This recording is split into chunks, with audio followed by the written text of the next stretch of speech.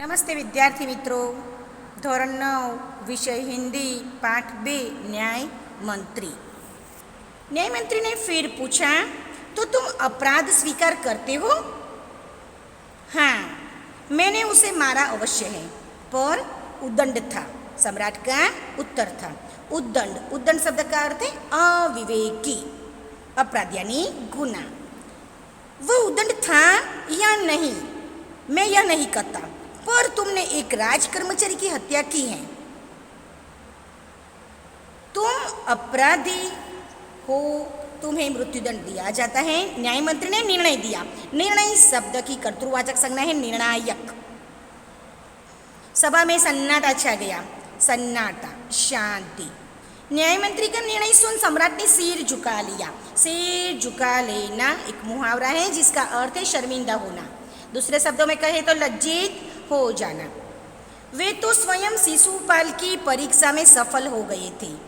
सम्राट का हृदय ऐसे व्यक्ति को पाकर गदगद हो रहा था. गदगद होना एक मुहावरा है जिसका अर्थ है भाव विभोर हो जाना. तभी न्याय मंत्री का संकेत पाकर एक कर्मचारी सम्राट अशोक की सोने की मूर्ति को लेकर उपस्थित हो गया.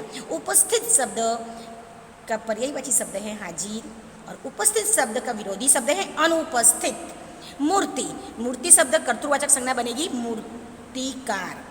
न्याय मंत्री ने खड़े होकर कहा, सज्जनों. सज्जन, सज्जन शब्द का विरोधी शब्द है दुर्जन. यह सच है कि मैं न्याय मंत्री हूँ और यह भी सच है कि अपराधी को दंड मिलना चाहिए. दंड यानी सजा. पर अपराधी और कोई नहीं, स्वयं सम्राट है. शास्त्रों में राजा को ईश्वर का रूप माना गया है और इसीलिए उसे ईश्वर ही दंड दे सकता है. अतएव मैं आज्ञा देता हूँ कि सम्राट को चेतावनी देकर छोड़ दिया जाए. आज्ञा, आदेश और विरोधी शब्द है अवज्ञा.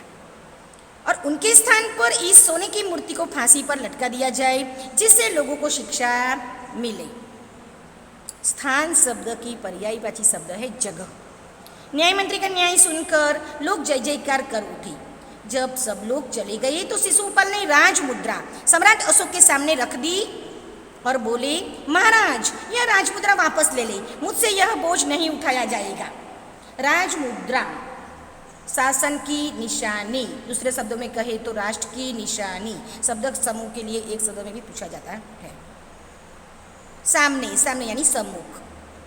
बोझ, बोझ शब्द का अर्थ ही जिम्मेदारी. दूसरे शब्दों में कही तो भार. अशोक ने सम्मान भरी दृष्टि से उनकी ओर देखते हुए गदगद कंठ से कहा, सम्मान. सम्मान शब्द का विरोधी शब्द है अपमान. आपने मेरी आंखें खोल दी. आंखें खोल देना एक मुहावरा है जिसका अर्थ है सही परिस्थिति समझाना. दूसरे शब्दों में कहे तो सही सत्य का ज्ञान कराना. आपका साहस प्रशंसनीय है. साहस, साहस कर्तृवाचक साहसी और प्रशंसा. प्रशंसा शब्द का विरोधी शब्द है निंदा और प्रशंसा शब्द की कर्तृवाचक संज्ञा प्रशंसक और प्रशंसा शब्द का विशेषण है प्रशंसनीय. यह बोझ आपके अतिरिक्त और कोई नहीं उठा सकता. न्याय मंत्री निरुत्तर हो गए. निरुत्तर, बिना उत्तर दिए. शब्द समूह के एक शब्द निरुत्तर. और निरुत्तर शब्द का अर्थ है खामोश. इस तरह सुदर्शन जी ने अपनी कहानी को ऐसे भावुक और न्यायपूर्ण बना दिया है कि लोग कहानी को पढ़ने के लिए मजबूर हो जाते हैं.